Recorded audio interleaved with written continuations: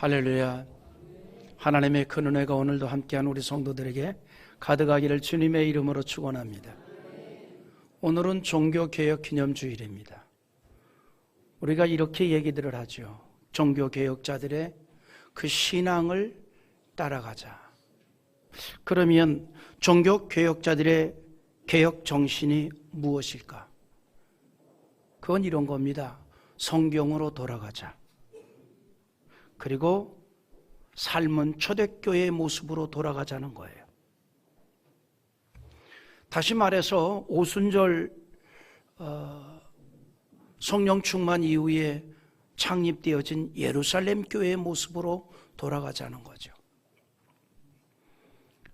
그 예루살렘 교회의 신앙적 모습이 어떤 것이기에 그 모습으로 돌아가자는 걸까요? 다른 거 아닙니다. 오직 예수 그리스도의 보혈의 은혜로 구원받은 감격으로 충만한 신앙이었습니다. 그러므로 핍박자 사울이 예수님을 만난 이후 전도자 바울이 되었을 때에 그가 한 것은 오직 예수만 증거하는 것이었습니다. 그가 스스로 고백하면서 외치기를 이렇게 외칩니다. 나는 십자가에 달린 예수 외에는 전하지 않겠다는 거예요. 갈라디아 6장 14절의 고백인데 우리 한번 같이 읽어보겠습니다. 같이 봅니다. 그러나 내게는 우리 주 예수 그리스도의 십자가 외에 결코 자랑할 것이 없으니 그리스도로 말미암아 세상에 나를 대하여 십자가에 못 박히고 내가 또한 세상을 대하여 그러하니라. 아멘. 무슨 얘기냐면 바울은 예수님의 십자가의 대속으로 인하여 죄사함을 받았고 구원을 받았다는 이 은혜의 감격으로 살았습니다. 이것이 바로 초대교회의 신앙이었던 겁니다. 그런데 세월이 흘러가면서 초대교회 신앙이 로마의 정치와 혼합이 되어 오직 예수만이 구원의 길이라는 성경적 진리에서 벗어나기 시작한 거예요. 그러므로 종교개혁자들이 초대교회로 돌아가자는 개혁운동을 하였고 개혁자의 슬로건 3가지가 있습니다. 오직 믿음으로, 오직 하나님의 은혜로, 오직 하나님의 영광을 위하여. 그러니까 신앙의 정신은 이 3가지예요. 기독교 신앙이란 바로 이것입니다. 오직 주를 믿는 믿음입니다. 오직 하나님의 은혜로만이 존재하는 것을 고백하는 겁니다. 오직 나의 삶은 하나님의 영광을 위하는 삶이 되어지는 거예요. 기독교의 기본 교리와 신앙을 말하는 웨스트민스터 소요문답 제1문에서 사람의 죄일된 목적이 무엇이뇨라고 하는 질문이 있습니다. 거기에 답하기를 사람이 죄일 때는 목적은 하나님을 영화롭게 하는 것과 영원토록 그를 즐거워하는 것이다 라고 합니다. 이것이 우리의 존재의 이유입니다. 믿음으로 구원을 받았고 하나님의 은혜로 살아가는 기독교인의 삶은 하나님을 영화롭게 하고 마음을 다해 하나님을 영원토록 즐거워하는 거예요. 내 마음이 하나님 때문에 즐거움으로 가득해지는 겁니다. 고린도전서 10장 31절에 이런 얘기를 하죠. 그런즉 너희가 먹든지 마시든지 무엇을 하든지 다 하나님의 영광을 위하여 하라. 근데 우리가 말이죠, 일반적으로 이런 생각을 해요. 하나님의 영광을 얘기하면 뭔가 거창한 것을 생각합니다. 요즘 뭐 그런 얘기 잘 안 합니다만 과거에 우리 저 젊은 기독 청년들이 결혼을 하면 우리는 하나님의 영광을 위해서 결혼합니다. 요즘도 그런 말도 안 넣더라고요. 별로 잘 안 해요. 근데 여러분 우리의 모든 삶이 하나님의 영광이다 그러는데 그 하나님의 영광을 생각하면 어떤 거창한 거를 생각할 때가 있어요. 그러나 여러분 그렇게 거창하게 생각할 거 아닙니다. 하나님의 영광이 뭐냐면 내 인생에 있어서 하나님이 우선순위가 되게 하는 것, 이게 하나님의 영광이에요. 하나님의 영광이 뭐냐? 내 삶에 있어서 최우선순위가 바로 하나님이 되게 하는 것. 그렇게 살아가는 게 하나님의 영광을 위하는 길이에요. 우리말에 연세 많으신 분들이 듣기 언짢은 말이 하나 있어요. 뒷방 늙은이. 지금 들어도 언짢죠? 그런데 이걸 타인이 말하기도 하고 본인 스스로도 이제 뒷방 늙은이 다 됐어, 이렇게 말하는 경우도 있습니다. 많이들 얘기하잖아요. 이게 이제 뒷방 늙은이 다 됐다고. 물론 저는 절대로 그런 얘기 안 합니다. 죽을 때까지도 안 할 겁니다. 이제 뒷방 늙은이 다 됐다는 말이 뭐냐면 이제 실권이 없다는 말이고 소외됐다는 말이에요. 존재감이 사라져버렸다 이 말이에요. 그런데 여러분, 이 말을요, 신앙을 가진 우리의 삶에 하나님과 연관하여 생각해 볼 필요가 있습니다. 여러분 어떻습니까? 우리 인생 여정에서 하나님이 뒷전에 있지 않습니까? 우리가 사용하는 말대로 내 인생에서 하나님은 뒷방 늙은이가 되지 않았느냐라고 하는 얘기예요. 전능하신 하나님께서 물론 인간에게 밀릴 수가 없지요. 우리 스스로 그렇게 하고 있을 수 있다는 얘기입니다. 구주로 영접한 예수가 내 인생에서 항상 밀리고 있지 않느냐 이 말이에요. 내 자아, 내 생각, 내 의지, 내 판단, 내 뜻, 내 취미에서 항상 밀려나고 있지 않느냐 이 말이죠. 하나님의 영광이란 게 뭐냐면 말씀드린 대로 하나님이 우선순위에 두는 거예요. 내 삶은 하나님의 영광을 위하는 삶입니다. 그건 뭐냐면 내 삶의 우선순위가 여호와 하나님이 되는 겁니다. 그러나 현실은 그렇지 못하다는 거죠. 하나님이 자꾸 밀려나가기 시작하는 거예요. 자꾸 밀리기 시작하는 거예요.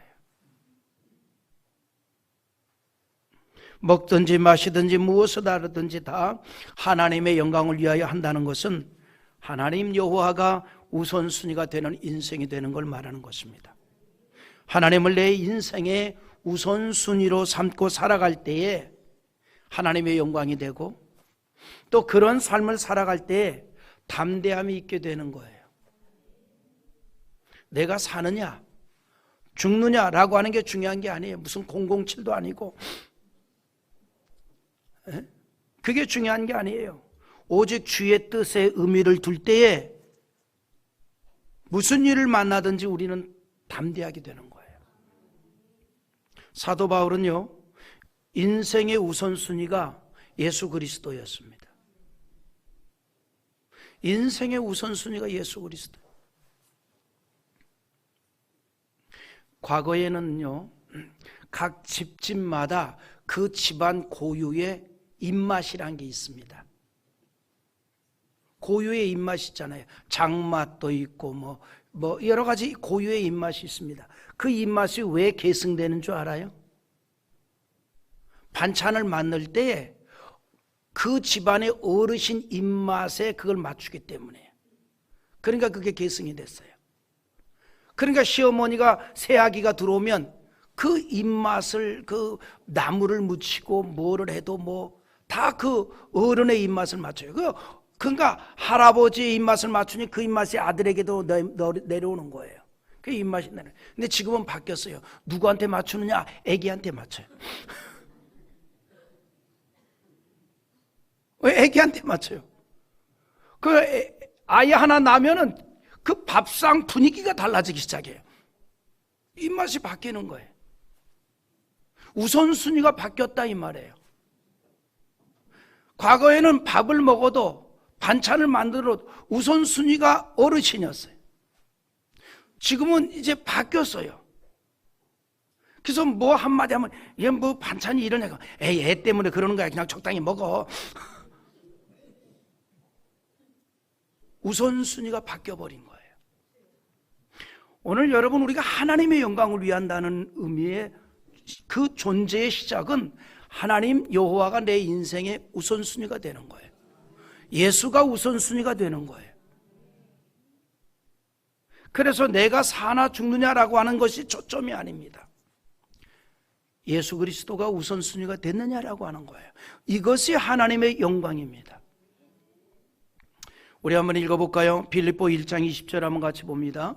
나의 간절한 기대와 소망을 따라 아무 일에든지 부끄럽지 아니하고 지금도 전과 같이 온전히 담대하여 살든지 죽든지 내 몸에서 그리스도가 존귀되게 하려 하나니. 내 몸에서 그리스도가 존귀되게 한다는 게 뭐냐면 내 삶의 우선순위가 예수 그리스도다 이 말이에요. 이런 사람이 어떤 고백을 하느냐, 이렇게 고백을 해요. 로마서 14장 8절에 우리가 살아도 주를 위하여 살고 죽어도 주를 위하여 죽나니 그러므로 사나 죽으나 우리가 주의 것이로다. 예수를 우선순위로 두니 사느냐 죽느냐 이게 중요한 문제가 아니에요. 예수가 우선순위가 되느냐라고 하는 거죠. 그런 자가 하나님의 영광을 위하는 인생이 되는 거예요. 그런 사람은 용기가 생겨요. 담대해요. 내가 살아서 하나님의 영광이다 하면 살고 죽어서 하나님의 영광이라면 죽습니다. 그러니까 죽음까지도 두려워하지 않는다는 거죠. 종교개혁자들의 신앙이 바로 그런 신앙이었어요. 하나님의 영광을 위해서 살았고 그들의 수고와 희생이 곧 하나님의 영광을 드러낸다고 명확하게 알고 또 믿었습니다. 신앙에 있어서 조금도 주저함이 없는 용기 있는 사람들이 되었던 거예요. 여러분, 교회도 마찬가지입니다.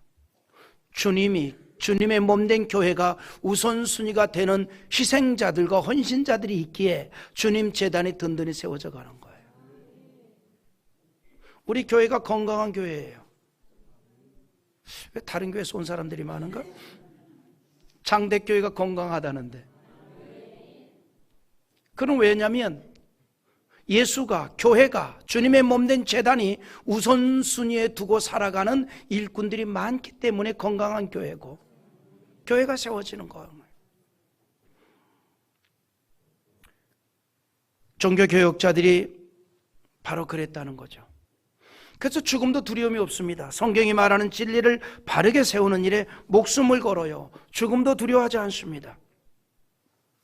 그런데 한 가지, 종교개혁자들이 목숨을 걸고 했던 개혁은 무조건 다 뜯어고치고 바꾸는 것이 아니었어요.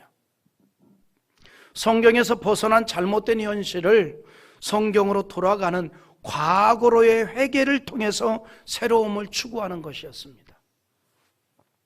종교개혁 당시 개혁자들은 구원에 있어서 하나님이 인간적인 공로를 말하는 그릇됨에 대해서 항거하여 오직 믿음으로 라고 외쳤고, 성도는 누구나 하나님의 자녀로서 직접 하나님께 기도할 수 있다라고 하는 걸 가르쳤습니다. 그릇됨에서 벗어나기 위해 날마다 주를 향한 새로움을 추구하는 것이 개혁주의 정신입니다. 그러나 그 모든 과정에 하나님의 은혜를 공급받아야 한다는 사실이죠. 칼 막스가 한 말이 있습니다. 삶의 구조를 바꿈으로 인간을 개조할 수 있다라는 말을 했어요. 삶의 구조, 그러니까 제도를 바꾸고 법을 바꾸어서 사람을 개조할 수 있다. 이 칼 막스가 한 말입니다. 그러나 예수님은 그렇게 말하지 않아요. 예수님은 새 사람만이 새로운 세계를 건설할 수 있다, 이렇게 말합니다. 여러분, 우리가 지금까지 살아오면서 환경을 바꾸고 우리의 모든 사회 제도를 아무리 바꿔도 인간은 여전히 그 인간이에요.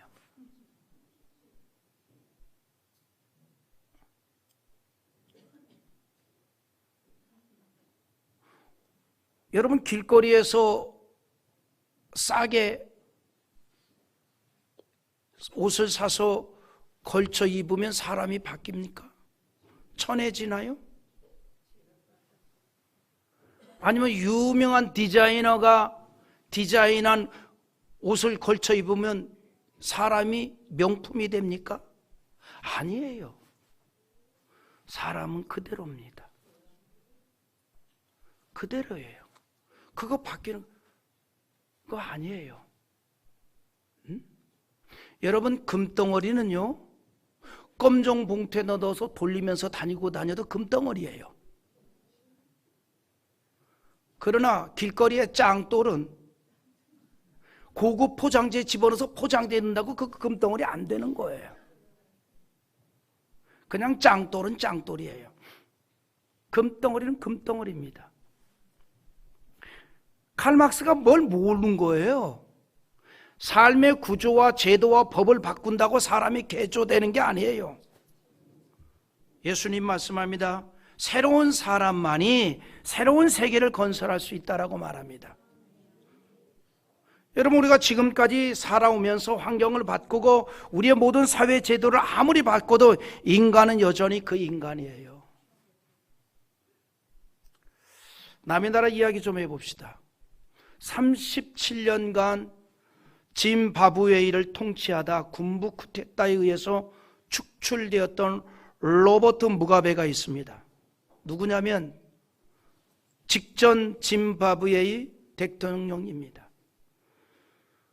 그는요, 이 시대 가장 최악의 독재자라는 이름이 붙여졌어요.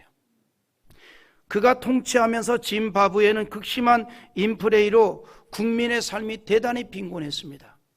계란 하나를 사기 위해서 돈을 큰 바구니에다가 지폐를 담아서 가지고 가야 돼요. 사람이 헤아릴 수 있는 모든 숫자보다도 더 엄청난 숫자로 돈 계산을 합니다.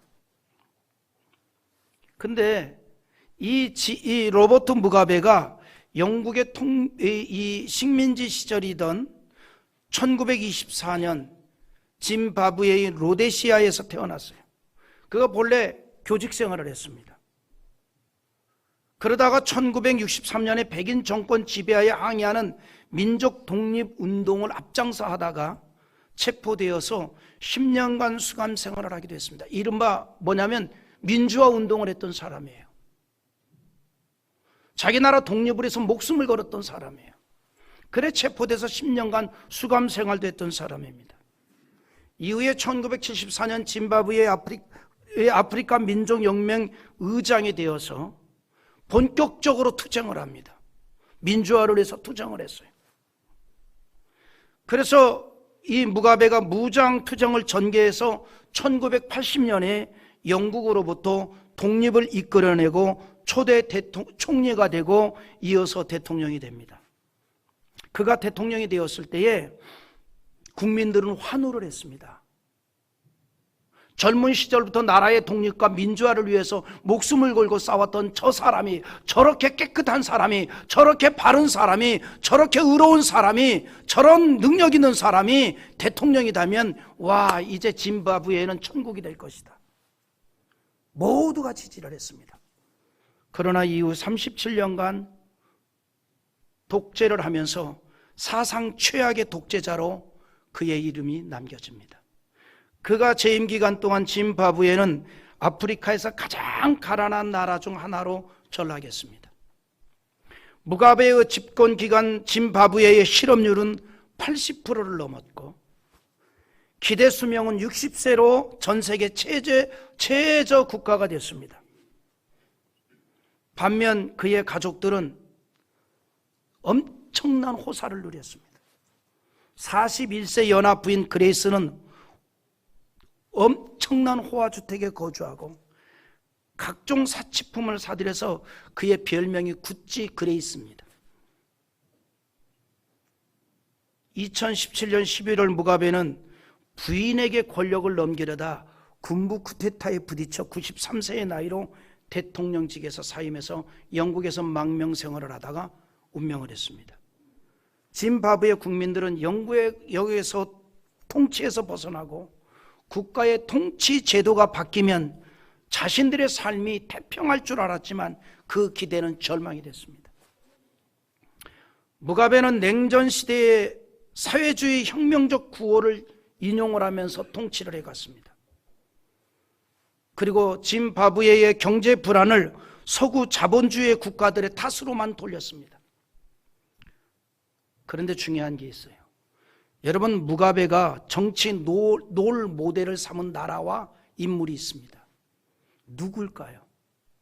짐바브웨의 이 대통령이, 이 무가베가 자기 통치의 롤 모델로 삼은 인물이 김일성입니다. 그리고 롤 모델로 삼은 나라가 북한이었습니다. 유명한 얘기예요. 무가베의 통치는 결국 롤 모델을 삼았던 북한처럼 됐습니다. 권력을 잡은 무가베와 가족은 초호화 생활을 하였지만 국민들의 삶은 절대 빈곤이 되었습니다. 공산당 통치를 하는 북한도 그것을 우리에게 보여주고 있잖아요. 공산주의 통치가 되어 사회 제도가 바뀌면 농민도 지주처럼 살 것이라고 기대를 했지만, 그러나 지금 북한은 극심한 빈곤으로 인하여 살아남기 위해서 탈북을 하고 있는 저주의 땅이 됐습니다. 사회주의 정권을 이루기 위해서 제도가 바뀌면 이제는 모두가 다 균등하게 잘 살 수가 있다. 그래서 지금까지 권력을 누렸던 모든 지주들을 다 척결을 해야 된다. 그래서 6.25 전쟁 직전 3년 동안 사회주의를 북한에서 통치하면서 많은 지주들을 공개적으로 죽였어요.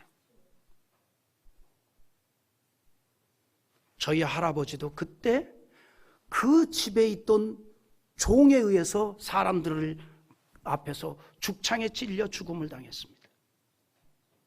이유는 하나예요. 너무나 많은 부귀를 혼자 누렸다는 것. 이런 지주들을 다 없애고 제도를 바꾸면 이 땅이 낙원이 될 것이다라고 생각을 했습니다. 그러나 지금 제도를 바꾼 지금 북한 인구가 약 2,500만 명입니다. 그런데 탈북자 수가 정확하지는 못하지만 대략 25만 명 정도로 추정합니다. 인구 100명당 1명이 탈북을 합니다. 탈북을 하다 잡히면 공개 처형을 당하면서도 여전히 지금도 목숨을 걸고 북한을 탈출합니다. 지상 낙원을 이룬다는 공산주의 국가 북한이 낙원이 아니라 지옥이 됐습니다. 뭘 얘기하고 있을까요? 제가 지금 뭘 얘기하고 싶을까요? 제도가 아니라는 거예요. 정치 제도가 아니라는 거예요. 법이 중요한 문제가 아니라는 거예요. 제도보다, 사회 구조보다 사람이 문제입니다. 사람이 문제예요. 그래서 인생의 모든 문제는 사실은 제도가 아니라 인간의 문제입니다. 가정과 사회와 국가, 교회의 모든 문제는 제도가 아니에요. 인간의 문제입니다. 사람의 문제예요. 그래서 성경은 언제나 가장 중요시 여기는 대상이 인간이고 또 모든 문제를 인간에게서 찾고 있는 겁니다. 제도나 구조나 환경이나 물질이나 생활의 변화가 아니고 인간의 변화가 근본이고 중요하다는 사실입니다. 여러분, 아무리 은혜로운 장소에 갖다 놔도 내 심령이 변화되지 않으면 그 사람은 은혜를 받지 못하고 오히려 시험에 들 수도 있습니다. 우리가 모두가 다 은혜 받는 거 아니잖아요. 이 가운데서도 마음을 철통 방어하는 성도들도 있을 거라고. 없으면 감사하고, 은혜 받으면 죽는 줄 알고 마음의 문을 탁 걸어 잠그는 분들도 있잖아요. 중요한 것은 분위기도 아니에요. 제도도 아니에요. 사람 자신입니다. 내 마음이에요. 인간의 역사를 보면 왕권 시대에서 독재 시대로, 독재 시대에서 민주화의 시대로 흘러가고 있지만 인간의 문제는 여전합니다. 우리 대한민국을 보십시오. 80학번, 90학번의 학생운동을 했던 사람들이 그토록 원하던 권력을 그들이 다 잡았습니다. 그리고 통치도 했습니다. 그런데 현실은 어떠한가요? 국가와 국민과 민족을 위한다고 목소리를 높였던 자들 가운데 상당수가 자본주의를 배척하면서도 철저하게 자본주의의 꿀만 빨아먹고 살았습니다. 여러분, 제도가 문제가 아니라니까요. 인간 자신의 문제라니까요. 그렇게 반미를 외쳤던 이 민주화 운동을 외쳤던 사람들의 자녀들이 전부 미국 유학을 했습니다.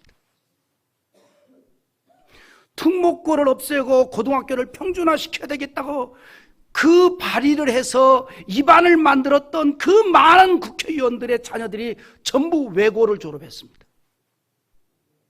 무엇으로 설명하겠습니까? 어떤 것으로 설명하겠습니까?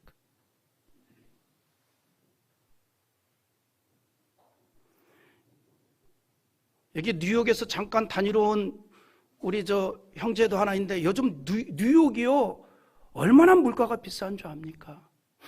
그런데 그 뉴욕에서 아파트먼트 생활을 하면서 이 대학을 다닌다는 건요 얼마나 많은 달러가 거기에 가야 되는데, 근데 어떤 분의 자제는 뉴욕에서 그렇게 큰 아파트에서 생활을 하면서 거기서 아트 센터를 다녔어요. 그분은 평소에 반미를 외쳤던 분입니다. 철저하게 반미를 외쳤던 분이. 여러분, 인간의 모든 문제는요 중요한 것이 제도가 아니라니까요, 법이 문제가 아니라니까요, 사회적인 환경이 문제가 아니라니까요, 사람에게 있는 거예요. 나에게 있는 거예요. 내가 새로운 존재가 될 때만이 해결점을 찾을 수가 있는 겁니다. 삶의 행복과 가치가 나에게 있어요. 사회의 변화, 교회의 변화가 나에게 있습니다. 제도에 있는 것이 아니라 나 자신에게 있어요. 사랑하는 성도 여러분, 우리 교회가 좋은 교회 되기를 원합니까? 내가 좋은 성도 되면 됩니다. 내가 그냥 좋은 성도 되면, 내가 은혜로운 성도 되면 우리 교회 은혜로운 교회 되고, 내가 좋은 성도 되면 우리 교회 좋은 교회 되는 거예요. 사도 바울이 오늘 본문 17절에 이런 얘기를 합니다. 그런즉 누구든지 그리스도 안에 있으면 새로운 피조물이라. 이전 것은 지나갔으니 보라 새 것이 되었도다. 새로운 피조물이라는 것은 새 사람이 된다는 거예요. 이것이 바로 기독교의 복음이고 인생 문제의 해결이라고 말하고 있습니다. 그러기 위해서 우리가 불신앙적인 이 세대를 본받지 말고 성령의 내주하심으로 이루어지는 새로움을 이루라는 거예요. 우리 로마서 12장 2절 한번 읽어보겠습니다. 같이 봅니다. 너희는 이 세대를 본받지 말고 오직 마음을 새롭게 함으로 변화를 받아 하나님의 선하시고 기뻐하시고 온전하신 뜻이 무엇인지 분별하도록 하라. 할렐루야. 우리가 항상 마음을 새롭게 함으로 변화를 받아서 하나님의 뜻을 분별하여 행하도록 힘쓰는 것, 이것이 바로 산신앙이라 이 말이에요. 그 모든 일이 믿음으로 이루어집니다.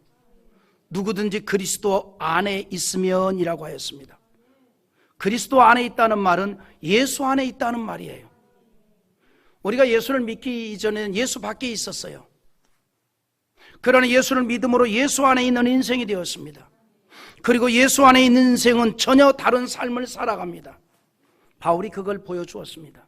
바울은 다메섹을 향하던 중에 그의 생의 분기점을 맞이했지요. 그 이전에는 그리스도 밖에 있는 인생이었는데 다메섹 근처에서 예수를 만난 이후에는 예수 안의 인생으로 바뀌어졌습니다. 그리스도 안으로 들어온 존재가 되었습니다. 그리고 인생이 그리스도를 위한 삶으로 바뀌었습니다. 그가 이런 고백을 해요. 갈라디아 2장 20절을 우리 또 한번 같이 보겠습니다. 내가 그리스도와 함께 십자가에 못 박혔나니 그런데 이제는 내가 사는 것이 아니요 오직 내 안에 그리스도께서 사시는 것이라. 이제 내가 육체 가운데 사는 것은 나를 사랑하사 나를 위하여 자기 자신을 버리신 하나님의 아들을 믿는 믿음 안에서 사는 것이라. 할렐루야. 여러분, 사람들은요 자꾸만 세상이 달라지기를 바라고 자신에게 주어진 조건과 환경을 탓하려고만 합니다. 그러나 여러분, 인생을 거듭 말하지만 문제는 내게 있는 거예요. 흔히 10년이면 강산이 변한다 합니다. 지금은 3년이면 강산이 변합니다. 그러나 육체의 환경만 달라졌을 뿐 사람들의 모습은 그대로입니다. 원리가 그대로고 방식이 그대로입니다. 오늘날 이 세상은 그대로예요. 여전히 슬픔이 있고 눈물이 있고 세상은 악은 여전합니다. 선한 자도 있고 악한 자도 있고 과거나 현재나 똑같은 세상입니다. 미래에도 그런 세상으로 우리는 살아갈 수밖에 없어요. 전도서 1장 9절과 10절 또 읽어볼까요? 같이 봅니다. 이미 있던 것이 후에 다시 있겠고 이미 한 일을 후에 다시 할지라 해 아래는 새 것이 없나니 무엇을 가리켜 이르기를 보라 이것이 해엇이라 할 것이 있으랴 우리가 있기 오래전 세대들에도 이미 있었느니라. 뭐라 그래요? 이미 있던 것이 후에 다시 있겠고 이미 한 일을 후에 다시 할지라 그랬어요.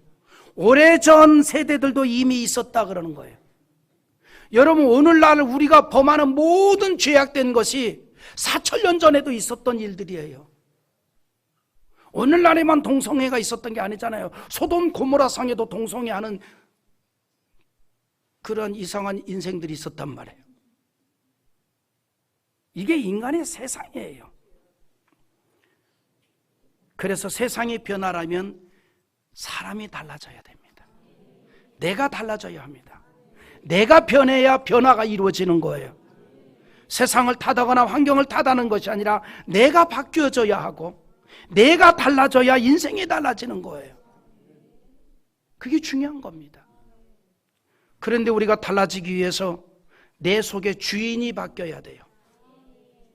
내가 주인이 되었던 나를 예수님이 주인으로 바뀌면 달라집니다. 바울 사도가 그래서 예수님이 주인이 되도록 하기 위해서 무엇을 하느냐? 나는 날마다 죽노라 그랬어요. 그것은 자신이 주인이 되려는 것을 누르고 예수가 주인이 되도록 부단히 노력을 했다는 걸 말하는 거예요. 내가 십자가의 죽음으로 내 안에 그리스도가 주인으로 존재합니다. 우리가 달라지는 것은 내가 주인이었던 인생이 이제는 그리스도가 주인이 되도록 살아가는 겁니다. 우리가 그렇게 되기를 바랍니다. 내가 주인 노릇하지 말고 예수님이 주인 노릇해야 합니다. 예수님이 주인 노릇하려면 내가 죽어야 돼요. 바울이 고린도전서 15장 31절에서 했던 고백이 우리의 고백이 되기를 원하면서 같이 한번 읽어봅시다. 형제들아, 내가 그리스도 예수 우리 주 안에서 가진 바 너희에 대한 나의 자랑을 두고 단언하노니 나는 날마다 죽노라. 나는 날마다 죽노라. 여러분, 바울이 왜 날마다 죽는다 그랬을까요? 그것은 하나님과의 관계를 위해서입니다. 내 자아가 살아있을 때 하나님과의 화목이 이루어질 수가 없다는 거예요. 여러분, 부부간에도 서로 원만하게 살기를 원하면 서로 죽어줘야 돼요. 서로 뻣뻣하게 살아있으니까는 원만하게 되지 않잖아요. 말로만 내가 죽을게 그러지 말고 생각과 모습이 그렇게 될 때 원만해집니다. 우리 교회에 그런 아름다운 부부가 많은 거에 감사합니다. 찔리면은 찔리는 대로 바꾸어지면 돼요. 서로 죽어지면 되는 거예요. 고집 부리지 말고. 하나님과의 관계를 위해서 바울이 나는 날마다 죽는다 그랬어요. 부단히 노력했습니다. 심지어 자신을 쳐서 주의 말씀에 복종하려고 했다는 거예요. 고린도전서 9장 27절 또 읽어볼까요? 내가 내 몸을 쳐 복종하게 함은 내가 남에게 전파한 후에 자신이 도리어 버림을 당할까 두려워함이로다. 여러분, 바울이 누구예요? 누구보다도 신실한 사도였습니다. 충성된 전도자였습니다. 복음 전파의 결과물이 아시아와 유럽에서 보여주고 있잖아요. 그 어떤 사도보다도 복음을 위해서 헌신적이었고 존경받는 사도였습니다. 그럼에도 오히려 버림을 당할까 두려워하는 거룩한 두려움이 있다는 겁니다. 거룩한 두려움. 이것이 사도 바울이 보여준 개혁주의 신앙입니다. 우리가 날마다 거룩한 두려움 속에 살아가는 거예요. 그래서 개혁주의 신앙은 항상 하나님과 화목이 먼저였습니다. 우리 10절 읽고 마무리하겠습니다. 같이 봅니다. 그러므로 우리가 그리스도를 대신하여 사신이 되어 하나님이 우리를 통하여 너희를 권면하시는 것 같이 그리스도를 대신하여 간청하노니 너희는 하나님과 화목하라.